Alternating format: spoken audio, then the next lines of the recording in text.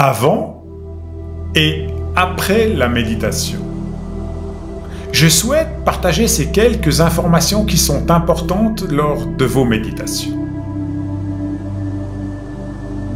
La méditation ne doit pas cesser quand on se lève du coussin. Sinon, à quoi bon? Ce serait comme aller au bain turc. Une fois que l'on sort de ce cocon de vapeur chaude, il gèle dehors, et l'on n'est pas plus avancé pour combattre le froid. Pire, on risque de s'enrhumer. Après la méditation, on parle de post-méditation. Il faut donc s'assurer que certaines qualités perdurent, comme un parfum, et permettent d'entrer dans l'action en maintenant,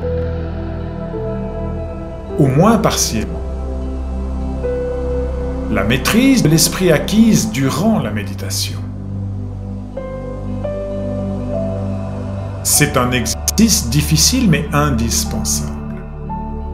Sinon, on est comme un cavalier qui n'a pas trop de mal à rester en selle dans un manège, mais qui, une fois lâché en forêt, est désarçonné au premier obstacle venu.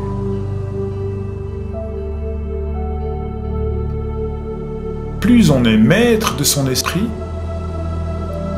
moins on sera vulnérable aux aléas de la vie quotidienne.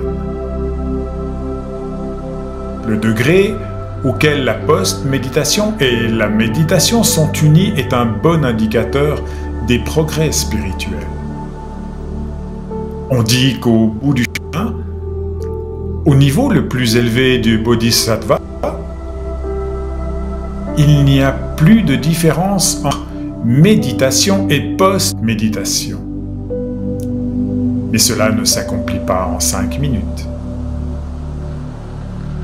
Cependant, même chez les débutants qui ont goûté à des périodes de méditation quotidienne, quelque chose demeure, comme un paysage dont on se souvient les yeux fermés. En plein milieu d'un embouteillage ou d'une situation conflictuelle, il est possible de repositionner son esprit sur cette expérience. Cette reconnexion calme l'esprit. Il devient moins susceptible d'entrer en ébullition au feu des circonstances adverses.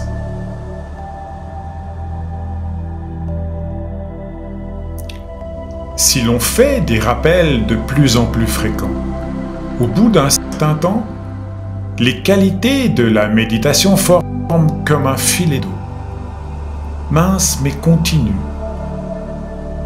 Peu à peu, ce filet se mue en rivière et le cours de la présence éveillée ne risque plus d'être interrompu.